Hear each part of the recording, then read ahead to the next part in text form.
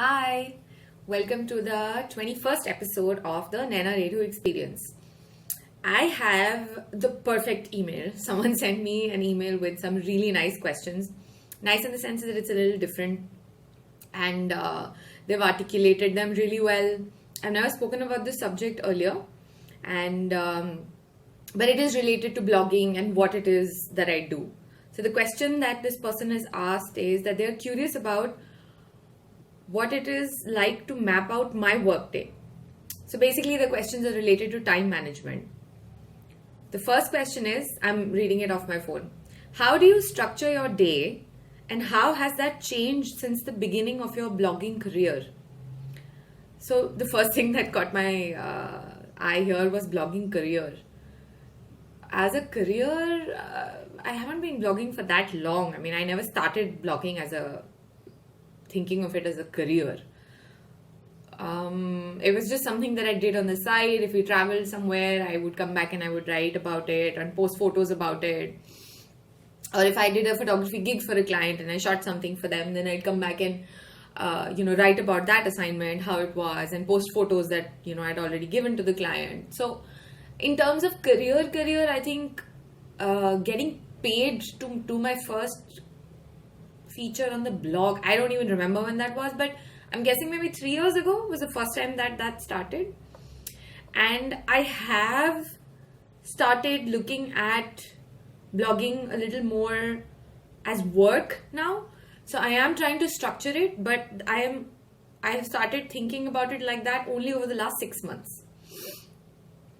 So, I've started thinking of things like an editorial calendar and what are some of the features that I would like to do. So one of them that I recently started, I did it in the last week of December, was the hashtag Made in India feature that I'm doing with brands that create good quality products and everything's made in India. Fabrics are sourced from India, or, the jewelry is sourced from India, and it's all made here and it's great quality stuff. So that's one of the features that I would like to do regularly.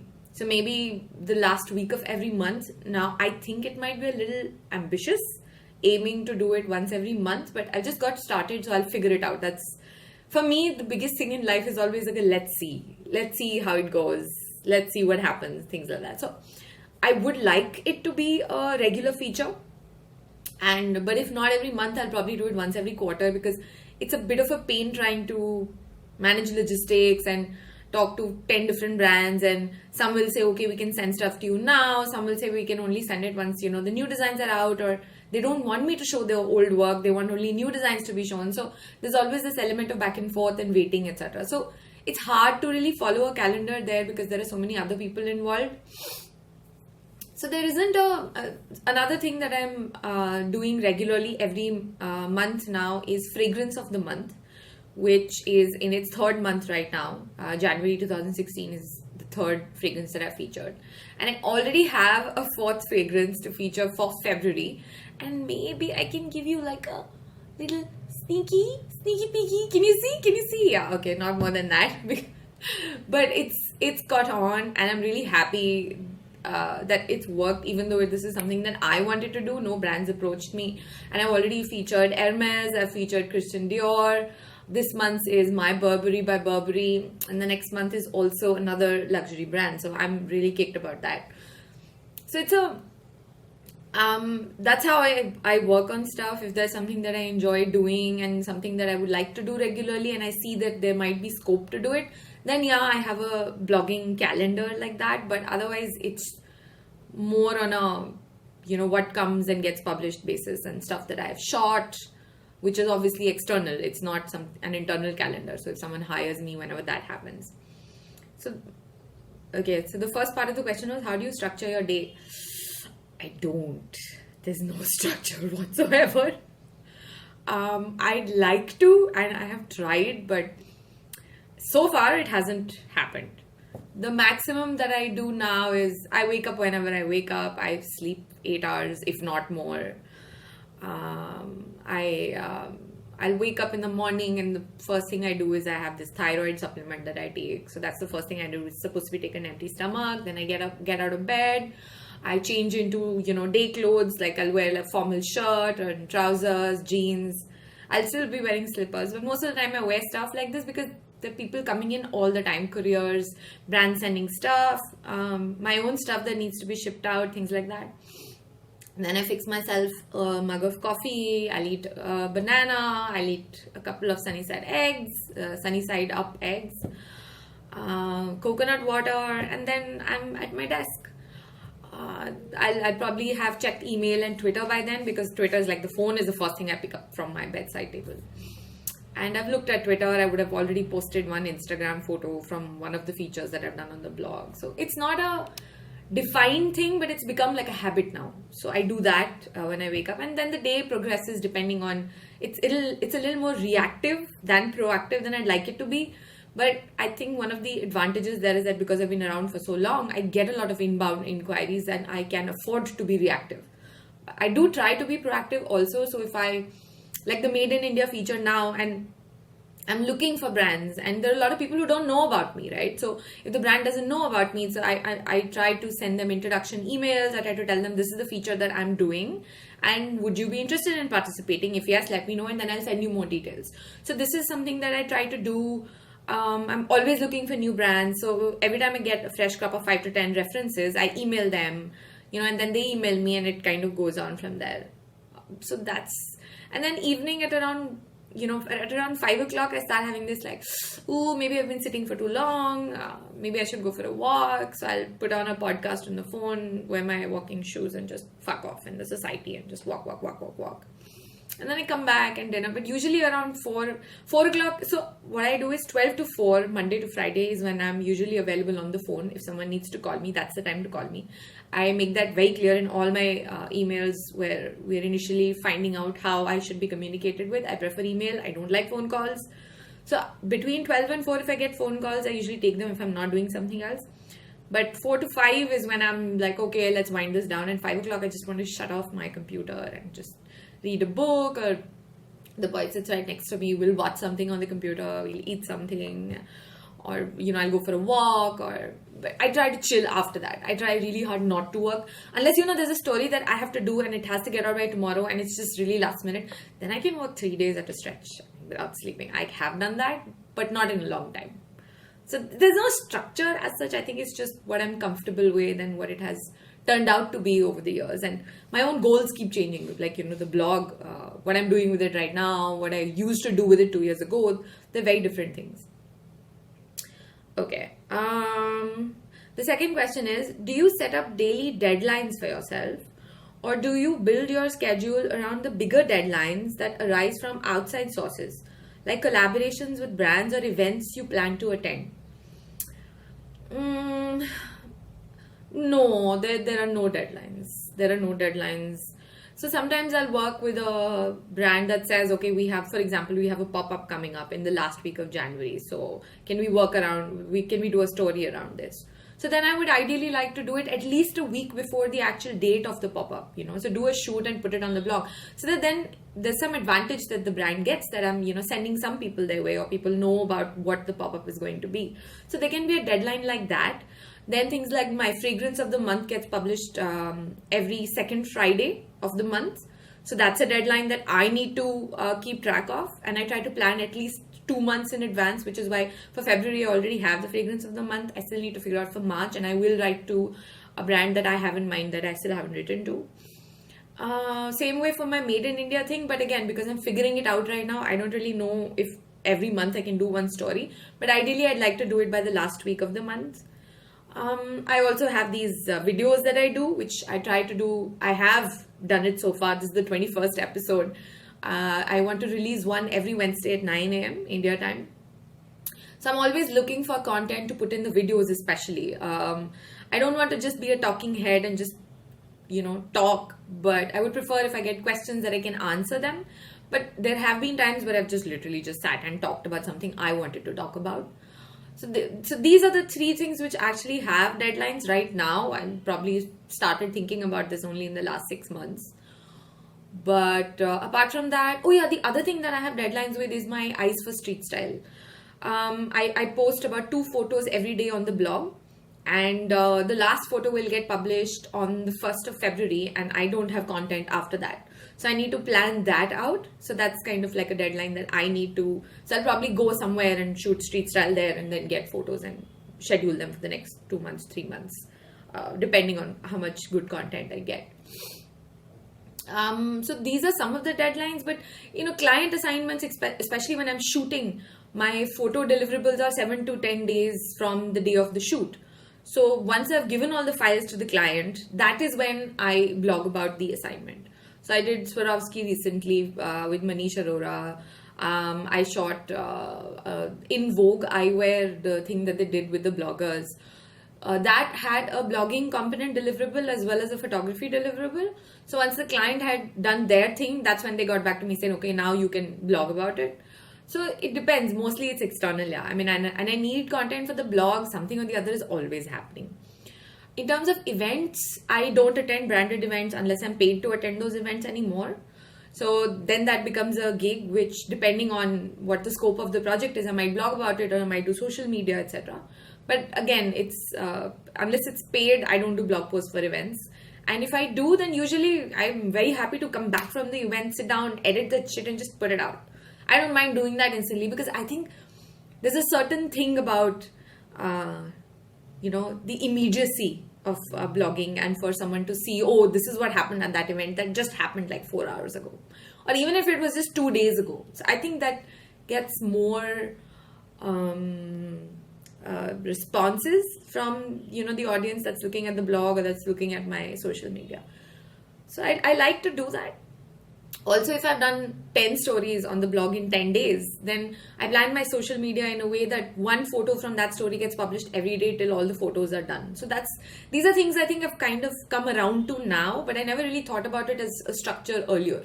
It was just photos, put them on the blog, put them on social media, hopefully link back to it, and the story is gone.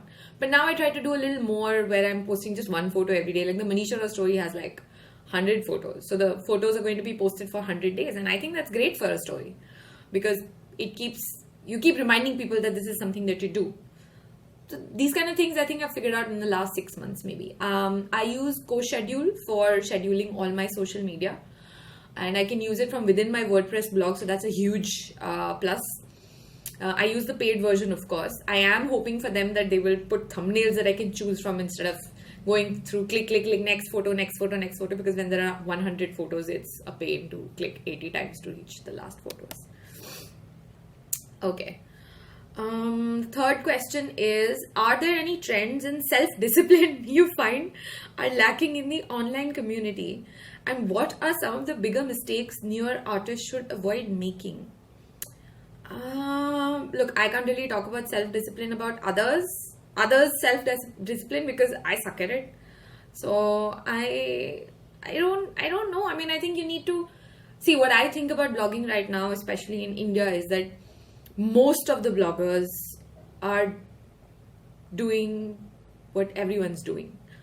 They're not looking at it as a publication. They're not looking at it professionally. They just wear clothes, personal style, shoot, post.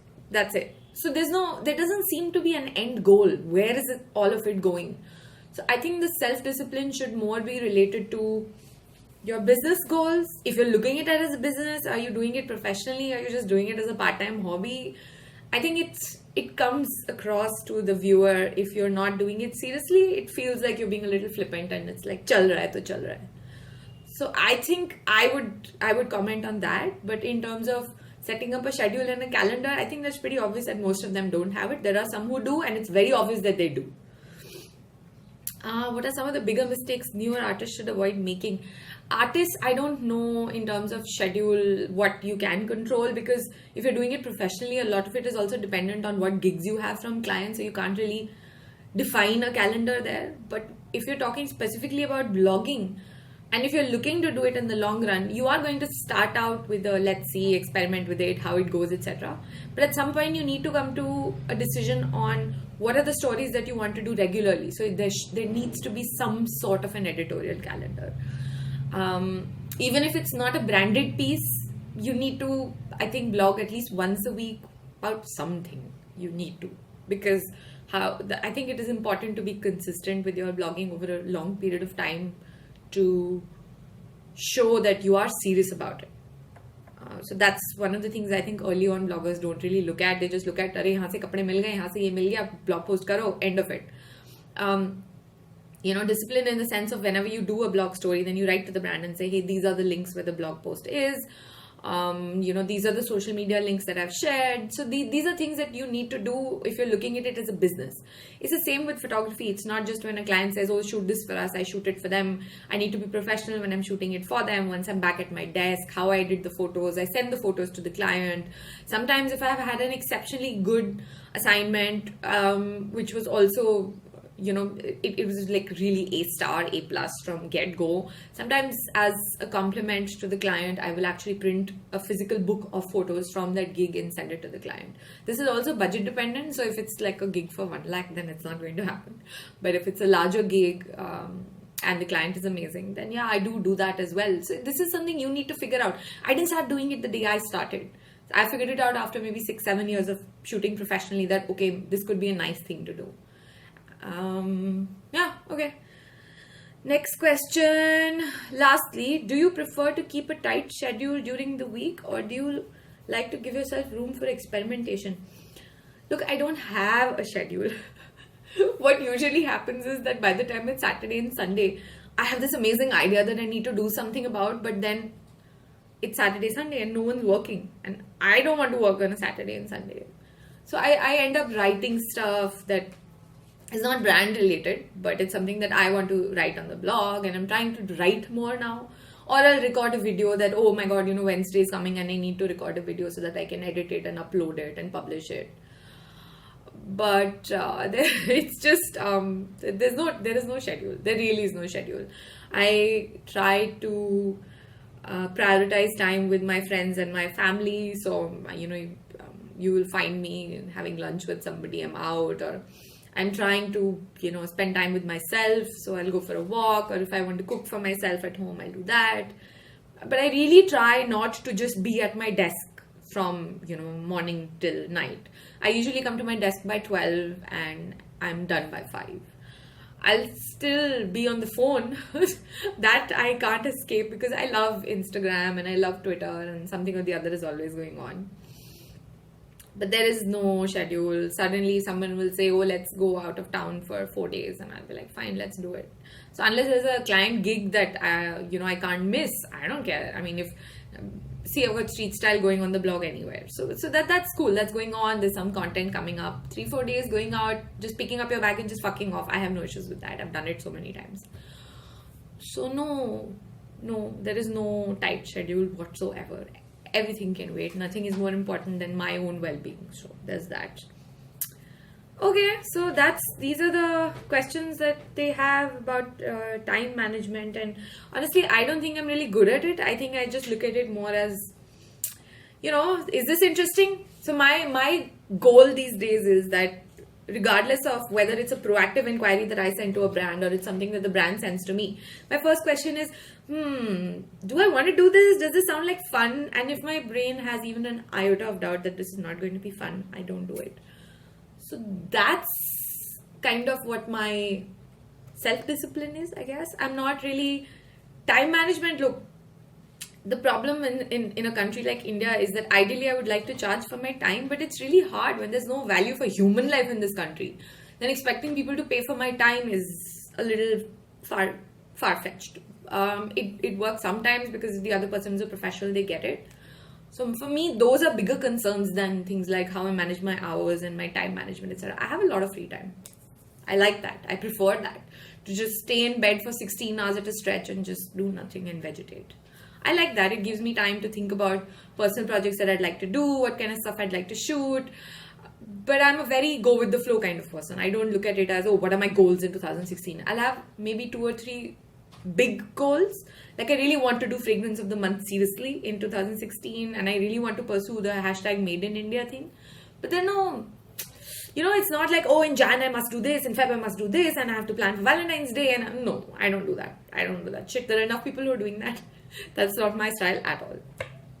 So thank you for listening to the 21st episode of the Naina Redhu Experience. Somebody suggested that I could think of changing the name to Real Talk with Naina, but I think that's like really cliched.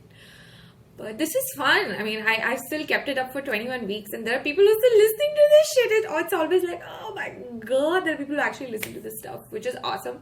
Thank you for asking these questions, Sonia. Cheers. Bye.